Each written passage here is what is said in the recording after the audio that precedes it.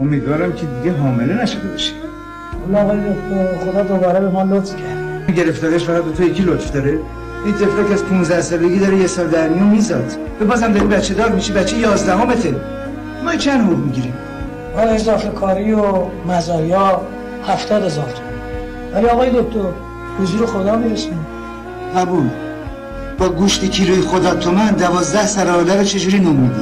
این طفلک از کمبود کلسیم تمام استخوناش پوک شده. بازم بچه دار داری میشی؟ بفرما من دیگه به وضع حمل هیچ کس کمک نمیکنم. سقط جنین خواستیم برگرده. سقط جنین که جنایته. بچه درست کردن بدون در نظر گرفتن آیندهش جنایت نیست. بفرما. این بچه اینجوری نیست که خدا روزیشو بده.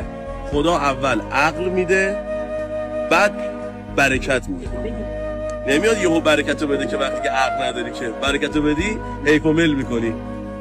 تموم شد و رفت. این بچه آینده میخواد.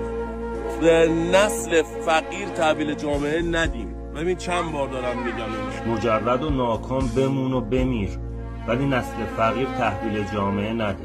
آوردن یه بچه به این دنیا مثل آوردن چوب به یه خونه در حال سوختنه. از زمانی بچه دار شو که به این نتیجه رسیده باشی و بگی من به این دنیا اومدم مزه زندگی رو چشیدم و انقدر خوب و قشنگ بوده که ارزش تکثیر داشته باشه.